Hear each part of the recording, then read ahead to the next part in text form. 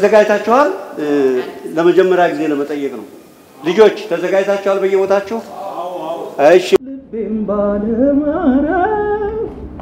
ልቤም ባለማረፍ ብዙ ተንገላታ ፋቀችው ይበሉኝ ልቡ ላይ ተቀምጣ ወደ ስራ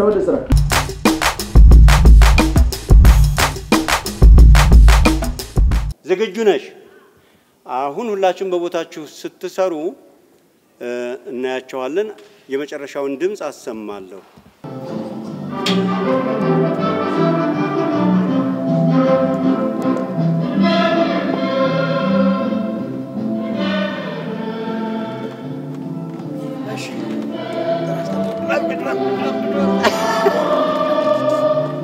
ከ6 10 ዓመታት በላይ በኪነ ጥበብ ሙያ ውስጥ ቆይተዋል። በአጠቃላይ ወደ 62 ዓመት ሰርቻለሁ። እንዴት አድርጌ ልጀምረው ቆንጆ እንደሚሆን ግራ ይገባኛል። ቲያትር ሳልጀምር ቲያትር ሆኜ ነበር። ወጋየሁን ከተል ነበር። እሱም ለጋስ ነው። ብዙዎቹን ቲያትሮችን ተጫውቻለሁ። አርቲስት ተክሌ ደስታና አርቲስት ስዩም ተፈራ በትወና ክህሎታቸው በተለይም በቲያትርና በቴሌቪዥን ድራማዎች ላይ በመሳተፍ የማይረሱ ስራዎቻቸውን አስቀምጠዋል።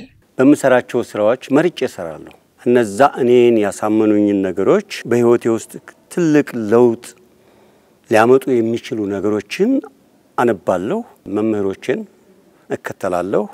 በተለይ ከጋይስ ጸጋይ ድርሰቶች ውስጥ እያንዳንዱ ቃል በሙሉ አውቄዋለሁ ሳልል በየሳምንቱ ተመልካቹ ነበር የሚያሳይ። ተማሪ ቤት እያለሁ ከትምህርት ቤት ስወጣ ብዙ ተማሪዎች ተከትለኝ ይሄዳሉ። ማሳቅ ደስ ይለኛል፣ መጫወት ደስ ይለኛል፣ መዝለል ነው። ስለዚህ ሰው ተከትሎኝ ይሄዳል። ኦልሞስት ስትሬት ነበርኩ ማለት ነው።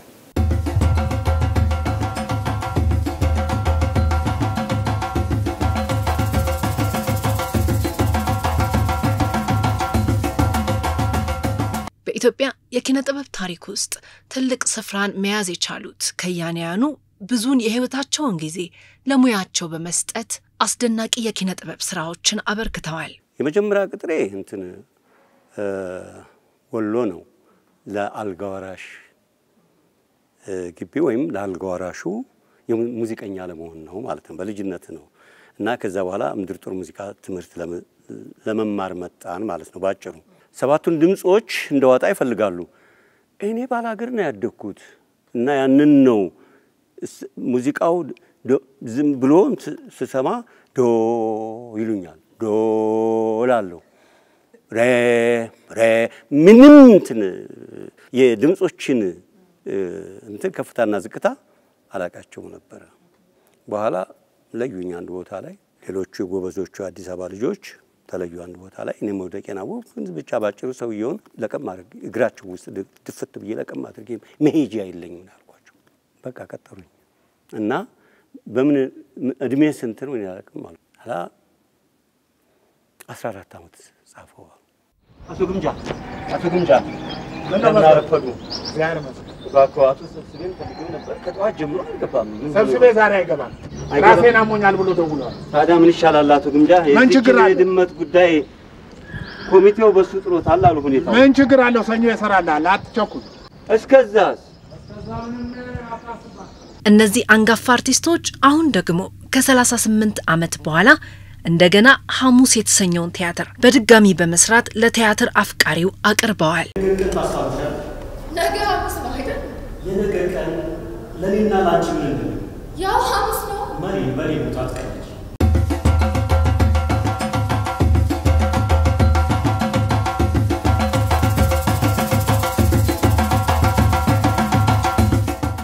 ትላንት ግብዣው ላይ በቃይም ብለሽ መጣላት በማይገባሽ በዚህ በመሰለኝ መሰልክ ነገር ላንጣላ ቃል ገብተሽልኝ መናገር ማድረግ የማይገባሽን ስንት የተከበሩ ሰዎች ፊት ተዋርደሽ አዋርደሽ አንተ ቀድመ ብታዋርደኝ ነው። ሐሙስ የመጀመሪያ ደረጃ ቲያትር ልጽፍ አላሰብኩም። ሾርት ስቶሪዎች ነበሩ። ለጋሽ ስብሐት 3ቱን ሾርት ስቶሪዎች እንዲህ ብዬ አሰብኩ፣ እንዲህ ልጽፍ አሰብኩ፣ ደግሞ አንደኛው እንዲህ ብዬ አሰብኩና እንዲህ ልጽፍ አሰብኩ ስለው ቲያትር እኮ መጻፍ ትችላለህ፣ ለምን አንዱን ቲያትር አታረገውም አለኝ። አስቤውም አላውቅም። እሺ እንደውም ሶስቱን አንድ ታሪክ አድርጌ ጽፋለሁ አልኩት። አይከብድም አለኝ። ለካ አንተ እንደውም ቻሌንጅ ሳደርጉ ትወዳለህ። አትችልም አለኝ። ቀዳሚ ያነብልሃለሁ አልኩት። ደግሞ የምር ነው አትችልም ስባል እችላለሁ ብዬ ነው የምነሳው። ለምን ራሴን ግዴታው ከተዋለሁ እንደዛ ብዬ ከተነሳው። ቅዳሜ ዕለት አነብልሃለሁ አልኩት። ሮብ ነው ይሄን ያልነው። ለቅዳሜ እንዴት እንደምደርስ አላውቅም፣ ግን ሶስቱንም ታሪኮች አውቃለሁ። አንድ ማድረግ ብቻ ነበር ያቃተ እንትን ያልጀመርኩት። በአክተሩ በኩል አንድ አደረኩት፣ ጻፍኩና ቅዳሜ ያነበብኩት። ብዙ ሕጸጾች እንዳሉበት አውቃለሁ፣ ወይም ሊኖረው ይገባል። በከተሜ 3 ቀን ጽሁፍ ነው። ከዛ አነበብኩ። ከማነብላቸው ሰዎች አንዱ ደበበ እሸቱ ነበረ። ሰማና እንዳለቀ ጥሩ ብሎ አስተያየት ሰጡኝና አምጣው ስክሪፕቱን ታይፕ ላስመታለህ አለኝ። የዛ ጊዜ ታይፕ ማስመታት ማለት የሚገኝ ነገር አይደለም። እሺ አልኩት። ታይፕ አድርጎ ሰጠኝ። እሱን ፎቶኮፒ አስደረግኩና ሴንሰር ባህል ሚኒስትር ይፈልግ ነበር፣ እዚያ ያስገባው። ቀጥዬ ደግሞ እንደገና ለሴንሰር ደግሞ ላኩኝ። አለፈልህ አሉኝ። ልቤም ባለማረፍ ብዙ ተንገላታ ፋቀችው ይበሉኝ ልቡ ላይ። እንግዲህ በስዩም ልነሳና አንድ ቲያትር መጥቷል ትሰራላችሁ እዚህ ምናምን አለ። ያ ወደ ሴንሰር ተላከ። ሴንሰር ወደኛ ላከው፣ ወደ ባህል ሚኒስቴር ላከው። ባህል ሚኒስቴር ደግሞ ወደኛ ቤት። ባህል ሚኒስቴር ትልቅ ነገር ነው ማለፉ ለራሱ ደስ ብሎኛል። የት አለፈ? ብሔራዊ ኦሮበሎ ሹመት ሽልማት ነው ለኔ። ብሔራዊ ቲያትር ደስ አለኝ በጣም። ስመለስ ብሔራዊ ቲያትር ተመደበልኝ ብዬ ደስ እንዳለኝ ሐሙስ ዕለት ነበር ቀኑ። ሐሙስ ቲያትር ሐሙስ ቀን እንዳለፈ ወንድ ልጅ ተወለደልህ ብለው ደግሞ ስራችን ነገሩኝ። እዚያው እንደቆምኩ በደስታ ላይ እንደቆምኩ ደስ አለኝ። ሐሙስ በሉት አልኩ። ወንድ ልጅ ነው የተወለደልኝ።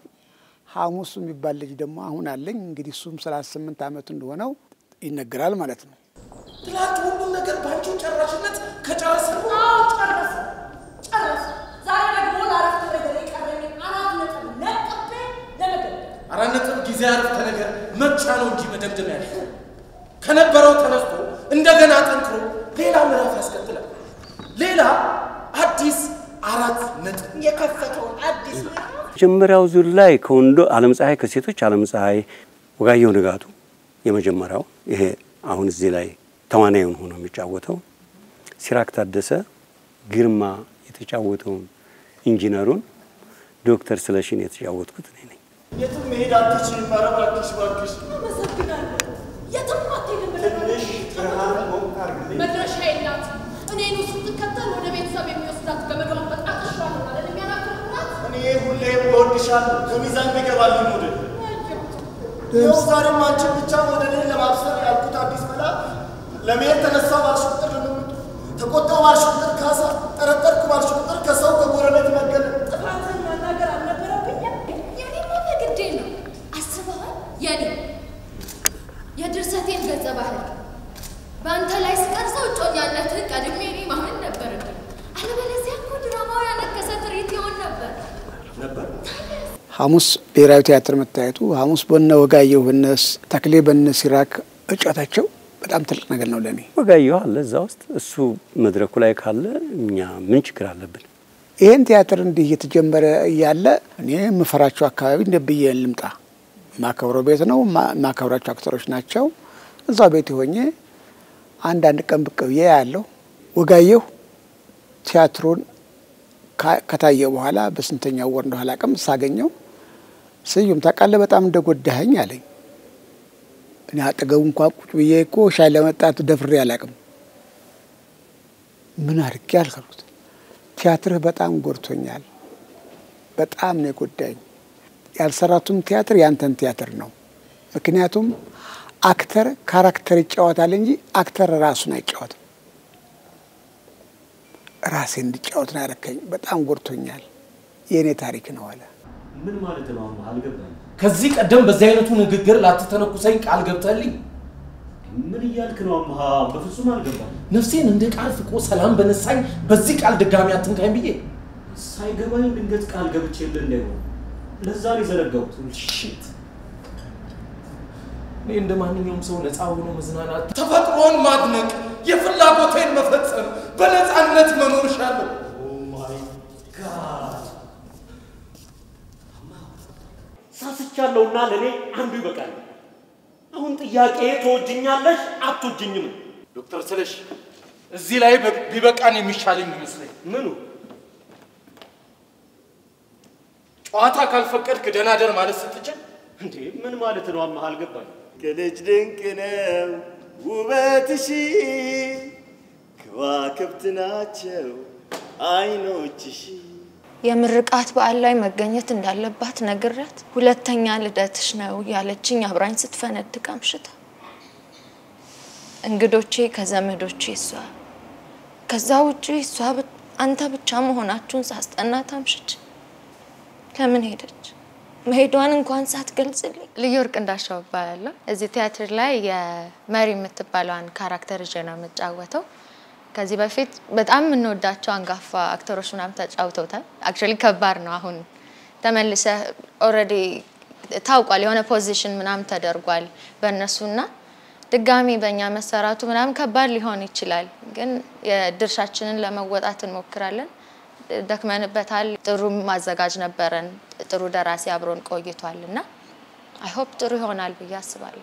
ነው ለመንደሩ አዲስ መጦች ነን ከነባሪ ትናንትና ማታ ግን ባሌ ይልቅሱን አማሃን እኔ ስለማውቀው ልንገርሽ፣ አንቺ እሱን ማውቃትች እኔ ማላወቅኩት ምን አንድ ጎረቤቱን እስከሚያውቅ እሱ ለመድረክ ስነ ጽሁፍ ጠንካራና ለምሳሌነት የሚጠቀስ ነው። ባህሪው እንደሚጫወተው ገጸ ባህሪ በየትሪቱ መጨረሻ የሚለወጥ ለኔ በየሳምንቱ ያላጤንሽው አዲስ ሰው የሚሆን። እሺ ፀሐይወት አዳንከኝ ይባላለሁ። ያው እዚህ ሐሙስ የተሰኘው ተውኔት ላይ የእልፍነሽን ገጸ ባህሪ ወክዬ ነው የምጫወተው። ያው እልፍነሽ ከዚህ በፊት ሐሙስ የሚብለው ቲያትር በሁለት ጄነሬሽኖች ተሰርቷል። መጀመሪያ በአለም ፀሐይ ወዳጁ እልፍነሽ እንደተጫወተችው ተነግሮኛል።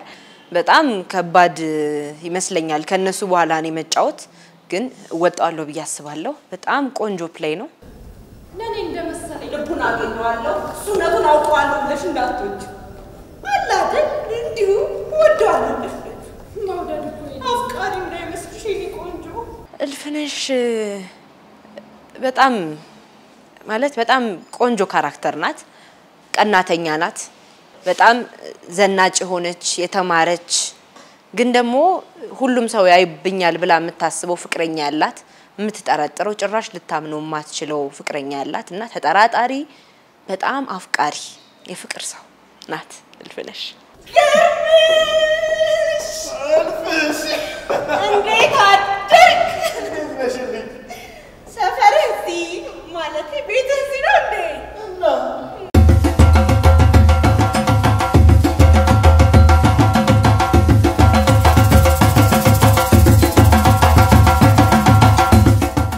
አንዳንዱ ምን ይሄ የማህበራዊ ህይወት ነገር ነው። በደንብ ተመልከቹ። ተማሪዎች፣ ህፃናት፣ ልጆች ጋብቻ ትምህርታቸውን ሲጨርሱ ጋብቻ ያለ ነገር ነው።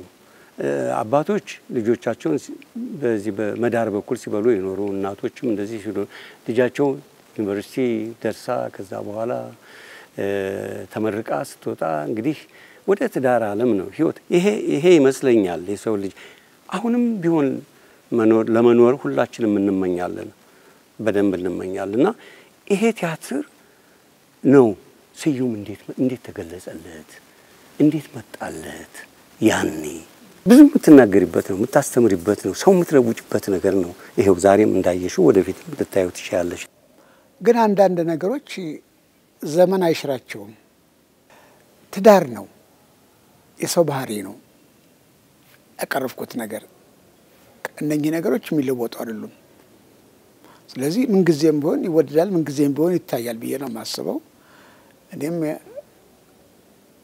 የሚቀጥለውም ትውልድ ያየዋል ብዬ ነው የማስበው።